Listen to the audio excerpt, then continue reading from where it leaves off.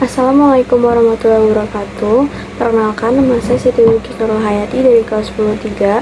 Di sini saya akan menjelaskan pendapat dan argumen mengenai 20 tahunnya Pulau Sipadan dan Legitan yang dikuasai oleh Malaysia.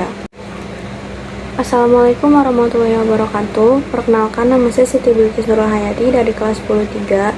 Di sini saya akan menjelaskan pendapat dan argumen saya mengenai 20 tahunnya penjajahan ini mati. Pendapat saya mengenai Pulau Sipadan dan Legitan, adanya perselisihan antara kedua pulau tersebut pada tahun 1969. Sengketa ini beradar pada ketidakjelasan garis batas wilayah yang dibuat oleh penjajahan Inggris dan Belanda di masa lalu pada tanggal 27 Oktober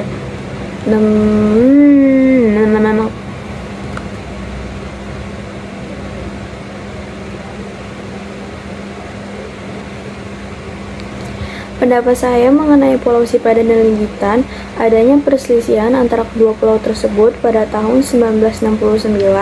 Sengketa ini beradar pada ketidakjelasan garis batas wilayah yang dibuat oleh penjajah Inggris dan Belanda, di mana di masa lalu pada tanggal 27 Oktober 1969, Indonesia dan Malaysia menandatangani perjanjian kapal perbatasan landas kontinen. Setelah itu, adanya perselisihan antara Indonesia dan Malaysia mencapai puncaknya pada tahun 2002. Akhirnya, persoalan masalah ini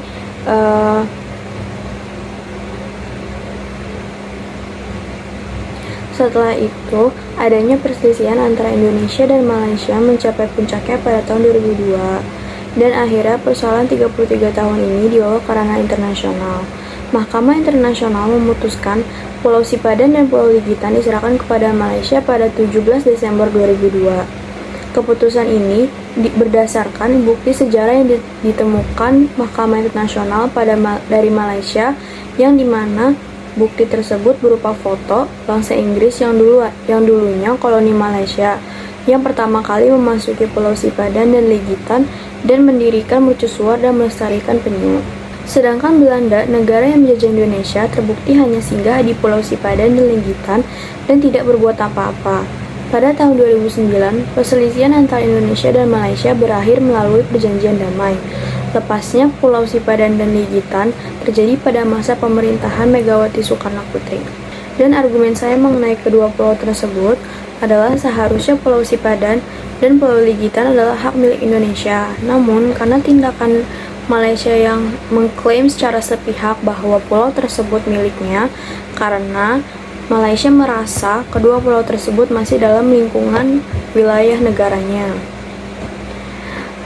Karena tindakan Malaysia yang secara sepihak tersebut menjadi pemicu protes dari pihak Indonesia, bahkan dari pihak negara lain seperti Filipina, Singapura, Thailand, dan Vietnam juga ikut protes akan hal tersebut.